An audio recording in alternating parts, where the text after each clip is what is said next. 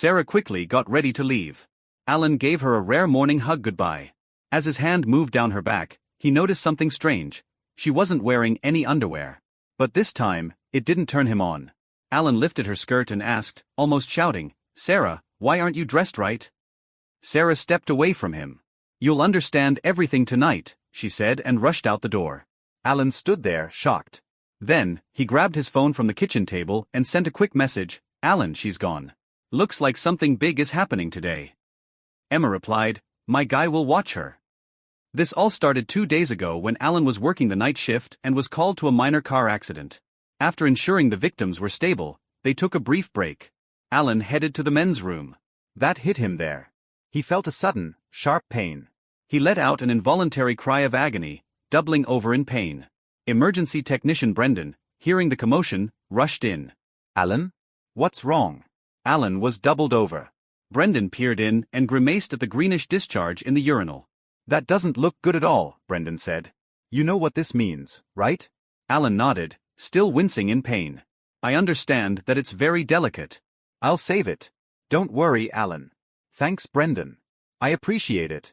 I'll go to the nearby clinic in the morning. Don't want to make it public, in our hospital." He went back to his office. When his shift ended in the morning, he went to Mount Sinai Hospital nearby, where he knew no one he knew would see him. The waiting room was empty, and they quickly took him in for tests. An hour later, Alan sat nervously in a small room when a nurse came in. She looked at him with disgust while checking his vitals. "The doctor will be in soon," she said. A few minutes later, an older doctor walked in. "Mr. Miller?" "I'm Dr. Smith," he said, sitting down. "I have some bad news. Your tests show you have a serious sexually transmitted disease." Alan looked at him. "Is it chlamydia or gonorrhea?" he asked calmly. "You have chlamydia," the doctor replied. "I'll prescribe strong antibiotics, but you need to avoid any sexual activity for at least a week after finishing the treatment. If the symptoms don't go away, see your regular doctor." He paused. "I hate to ask, but I need to know about your recent sexual partners for contact tracing purposes." "Just one," Alan said quietly. "My wife." The doctor's expression softened slightly. "I see. Well, she'll need to be tested and treated as well, even if she's asymptomatic. Untreated chlamydia can lead to serious complications. I have to report your case to the health department." Alan's mind was reeling as he left the hospital. Sarah has given him an STD. Alan called his parents. His father answered cheerfully, "Hey there, son. Shouldn't you be at work?" "Dad, I've got a problem. Can I come over?" "Of course. We'll put on some coffee. See you later." Alan and his sister Denise had grown up in a loving but strict religious household. Their parents had instilled strong moral values, including abstinence before marriage.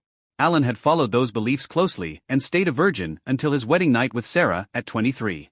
Sarah was understanding of his lack of experience and taught him how to please her in bed. Their sex life was good, though not very passionate. A year into their marriage, they had their first daughter, Lorna. 14 months later, Gloria was born. After that, Sarah had surgery to prevent more children, happy with their family of 4. Alan parked at his parents' house, preparing himself for the tough talk ahead. His father welcomed him with a warm hug at the door. "Come on in, son," he said. "Your mother's made some coffee." Alan hugged his mother in the kitchen before they all sat down at the dining table. After saying grace, his father looked at him with concern. "What's bothering you, Alan?" Alan took a deep breath. "I just came from the doctor. I have chlamydia." "Oh my," his mother whispered. His father's face grew serious. "Were you unfaithful to Sarah?" "No, Dad. Never." His father nodded, trusting him. "I see. So what's next?" Ellen sighed. "I think divorce is my only option now." His mother worried about how it would affect Lorna and Gloria, but Alan reassured her the girls would understand in time. His father nodded. "Well, adultery is a valid reason for divorce in the Bible. Let me call Emma Hawkins. She's a family law attorney from our church. She'll be able to advise you on the next steps. She helped our friend Peter when he discovered his wife was cheating on him with 2 security guards of her boss. I didn't tell you that story before, but perhaps now is a good time to share it. You're not alone in this. Be strong." Alan felt a wave of relief as his father made the call, grateful for his parents' unwavering support. Within minutes, he had an appointment with Emma that afternoon. "Bring your financial records and tax returns for the last couple years," his father advised. Emma will need to review all of that. Thanks, Dad. I'll go home and gather everything now.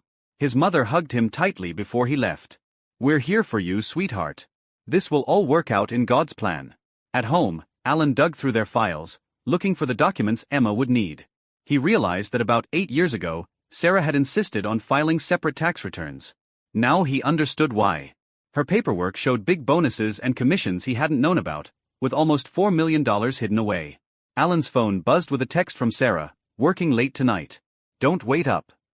His jaw tightened as he replied with a short, "Okay." Sarah worked as a stockbroker on Wall Street, and late dinners with clients and attending company parties were normal for her job. But now, Alan saw those late nights differently. He gathered the paperwork and went to Emma's office. The receptionist, a beautiful blonde, greeted him with a warm smile. "I have a 14:30 appointment with Emma Hawkins," Alan said. She smiled and led him back to Emma's office. The attorney stood to shake his hand. "Alan, it's good to see you. Can I get you some coffee?" "That would be great, thanks." Emma turned to her receptionist. "2 coffees please, Sarah. And some of those butter pecan creamers, if we have any left." "So Alan, your father called to give me a heads up. What exactly is going on?" Ellen sighed. "I found out this morning that my wife Sarah has been cheating on me." "I'm so sorry." "I always thought you two had such a solid marriage." "So did I," Alan said. He recounted the events of the morning, ending with his discovery of Sarah's secret bank account. Emma listened intently, taking notes. When Alan finished, she leaned forward. "All right, let me break down how divorce works in this state. It's not about justice. It's about money. How much you have, and how much her lawyer can take from you. Even with clear adultery, you need rock-solid proof." "What about the STD?" Emma shook her head. "Her lawyer could claim you contracted it elsewhere. It all comes down to what a judge believes." "And the hidden money?" "She could claim it was meant to be a surprise retirement fund or something. It looks like she's planning to leave, but it would be hard to prove that's her intention." Alan slumped in his chair. "So I'm stuck." "Not at all," Emma said. "I know a great private investigator who can start watching her today. If she's still cheating, we'll catch her in the act. It's not cheap, but the evidence can be used in court. Do you want to go ahead?" "Let's do it." "Great. I'll need all of Sarah's vehicle information. Make, model, license plate. Any idea where she might be right now?" "Hold on," Alan said, pulling out his phone. "I installed a tracker app when she lost her cell last year. Let me see if it's still active." He pulled up the app and started searching. "Got her," he said after a moment. "Looks like she's at a house up north." He showed Emma the address. "Perfect," Emma said, jotting it down. She called her PI.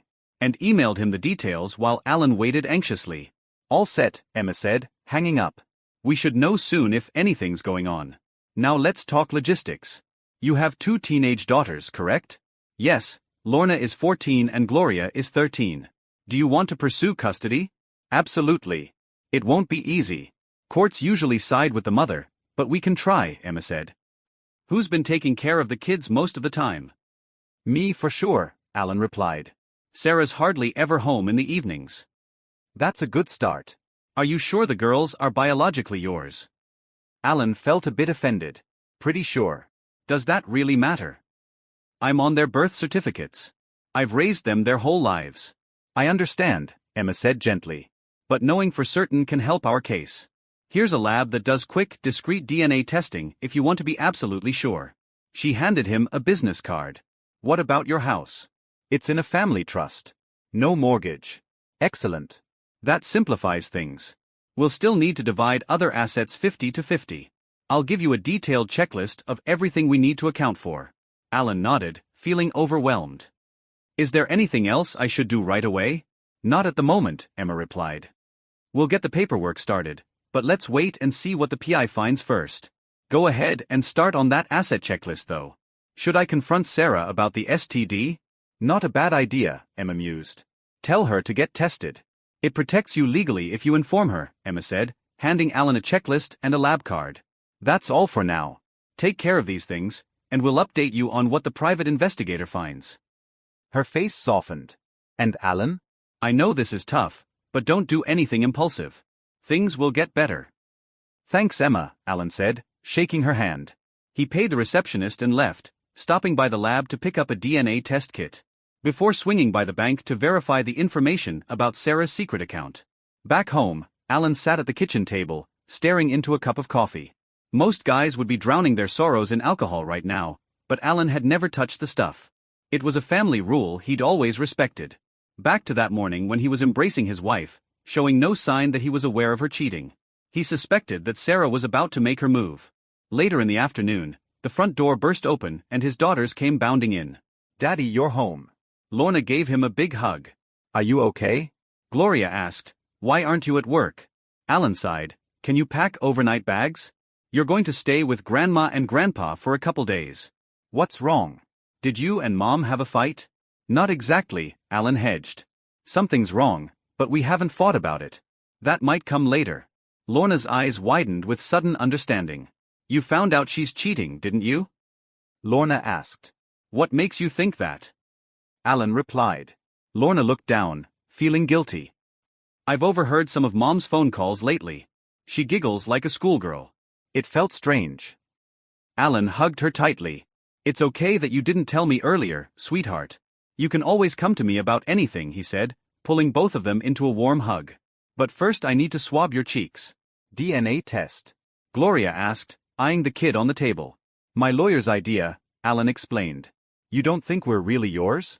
Lorna's voice quavered. Of course I do. But we need to be 100% certain for legal reasons. So you're really getting divorced? Alan nodded sadly. There's no chance you could forgive her? Gloria asked. Alan's jaw tightened. Not likely. She left me a parting gift. After collecting DNA samples from the girls and himself, Alan sent them upstairs to pack. Don't forget your homework, he reminded them. At his parents' house, Alan hugged the girls goodbye and promised to call them later. After dinner, Alan's phone rang. It was Emma. We have some information from the private investigator. Your wife has been with 3 different men since 1 p.m. Jesus, he whispered. What kind of evidence do we have? I'm sending everything to your email now, Emma replied. She confirmed it was more than enough for the divorce case. Alan hung up and checked his email, going straight to the audio file. A man's voice, I see you're married. The clink of rings against a glass. Sarah's laugh. For now. A pause. You're wearing a ring too. My wife and I have an open marriage, the man explained. Well, mine's not open, Sarah replied. But I take my liberties where I can get them. Your husband doesn't know. No, he doesn't, Sarah admitted casually. Alan's jaw clenched. He has no idea what kind of woman he married, he thought bitterly. The man's voice again. What's the deal? Trouble in paradise?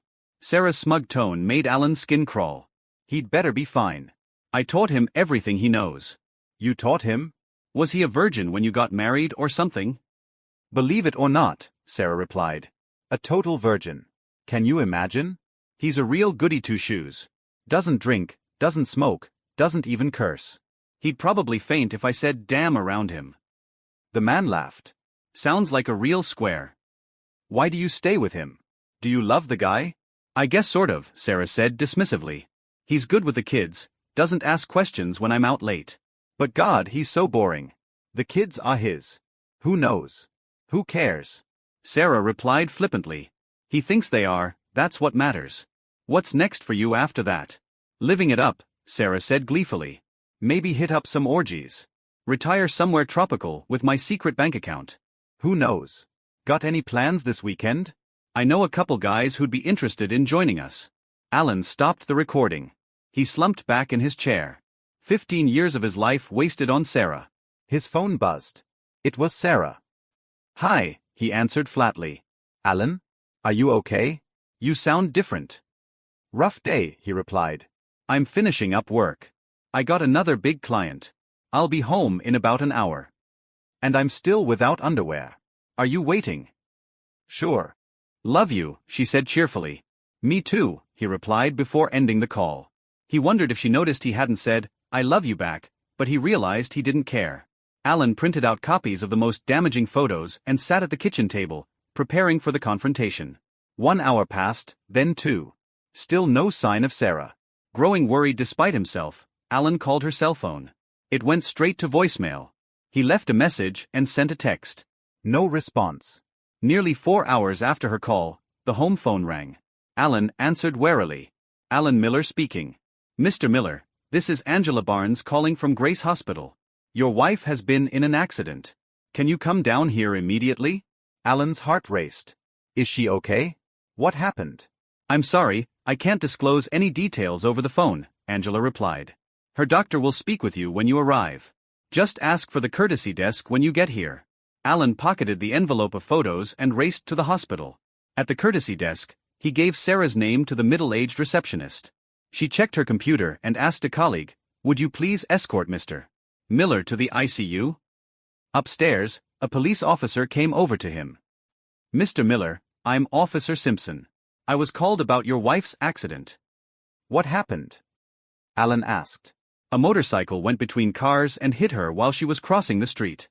The driver was a broker who was on drugs. "I'm sorry." He handed Alan a card. "Call if you need anything." Before Alan could ask more questions, a doctor approached. "Alan Miller, I'm Dr. Blake. How's my wife?" "She has multiple fractures, internal injuries, and severe head trauma. We've placed her in a medically induced coma to reduce brain swelling." He paused. "There's more." "Did you know about her chlamydia?" "I just found out this morning." "Are you being treated?" Alan nodded. "Good. "But there's a chance she might be HIV positive too. We're running tests now. Have you been tested?" "Not yet," Alan replied. "You need to see your doctor as soon as possible for testing," Dr. Blake advised. "If you test positive, with the right medication and safe practices, you can still live a fairly normal life." Alan nodded, feeling numb. "How long will she be here?" "It's hard to say right now. It could be weeks, maybe longer." Dr. Blake led him to Sarah's room. Alan's breath caught in his throat when he saw her. She was covered in bandages, and one leg was in a cast up to her hip. Her face was bruised and swollen with several cuts stitched closed. She looked like a war survivor. Alan said a silent prayer, then slowly removed his wedding ring. He placed it in the envelope with the incriminating photos, writing Sarah's name on it.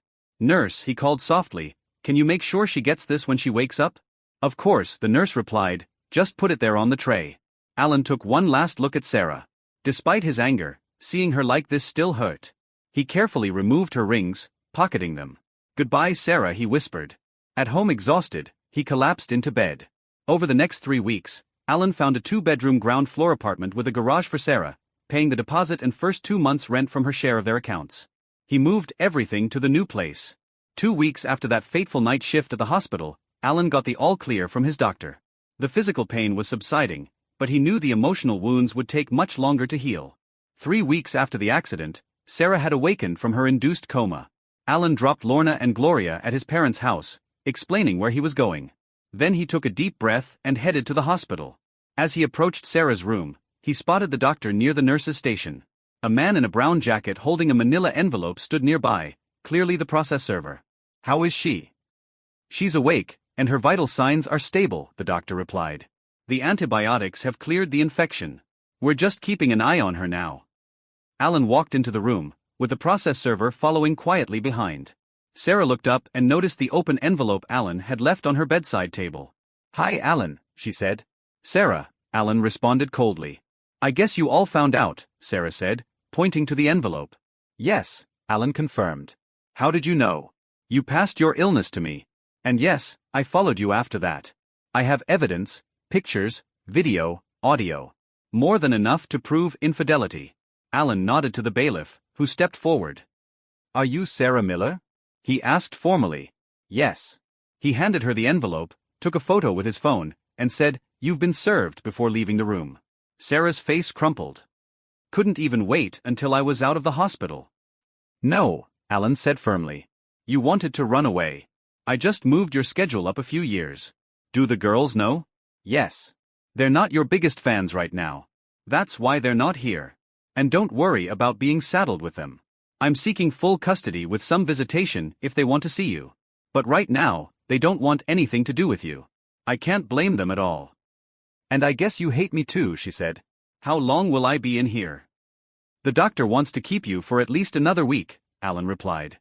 "Where will I go when I'm released?" "I rented an apartment for you. All your things have been moved, and the utilities are in your name." He handed her an envelope. "This is your half of our joint accounts, minus the deposit and first 2 months' rent." She nodded, taking the envelope with shaking hands. Oh, and I know about your escape fund, Alan added. My lawyer has frozen the account. Sign the divorce papers and she'll unlock it. Minus my half, of course. Shaw crossed Sarah's face. I'll fight you for it. That would be unwise, Alan warned. Unless you want all that evidence made public. It's quite graphic. Have your lawyer review the papers. Sign them and we can end this sham of a marriage quickly. I'm so sorry, Sarah said. I don't believe you, Alan replied flatly. Sign the papers, Sarah. Let's end this. As he turned to leave, Sarah called out, Can I call the girls? Alan paused at the door. You can try any time, he said. But they might not answer. I understand, she said. Thank you for that, at least. Alan left the hospital and noticed some nurses looking at him disapprovingly. He shrugged it off. Their opinions didn't matter to him anymore.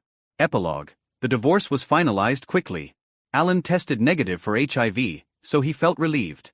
Sarah tested negative too.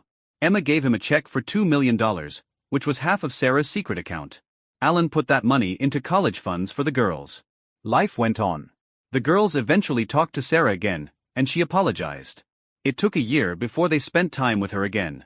Second story, I'm worried that my girlfriend might still be cheating on me. I messed up first by cheating, which ruined our relationship, and I know it's my fault. We've talked about how to move forward, and she even suggested an open relationship. I agreed to it to avoid arguing because I love her. We have a child together, and I don't want to walk away and put him through a broken home like I had. But then I found out she had sex with someone else, and it really hurt me. I felt so many strong emotions that I started acting in ways I never thought I would. I'm always depressed, even though I know it's because of my own actions. I love her though, she's my best friend and family, along with our son. I told her I wasn't comfortable with the open relationship, and she said it would stop. But months went by, and I kept catching her texting other guys or sending nudes. It breaks my heart every time because I think we're in a good place, but then I have a gut feeling something's off, so I check her phone. She often hides it from me or keeps it under her when she sleeps, but I can usually grab it because she sleeps deeply. I see all the things she's doing when she's not with me. She works a lot at a bar and does DoorDash on the side, so I don't get to see her much. When she comes home and goes to sleep, I find stuff in her phone. Then she gets mad at me for invading her privacy, which I understand, but she ignores the fact that she's still cheating by entertaining other guys. It's heartbreaking because everything we talked about feels like lies. I caught her again, and now we're on a week-long break. She went to stay at a friend's house and promised me she wouldn't cheat, but I can't shake the feeling that she just wants freedom to do whatever she wants. Am I supposed to be okay with that? I have no proof she's cheating. I want to trust her because it would make things easier for me, but it's hard since she gives me no real reassurance. Sometimes what she says feels like a lie, and I don't know what to think. Do I just sit here and deal with my dark thoughts and pretend I'm okay? I want my life to be with her, but it feels like I have to let her do what she wants to keep her. Maybe I'm just meant to feel broken forever.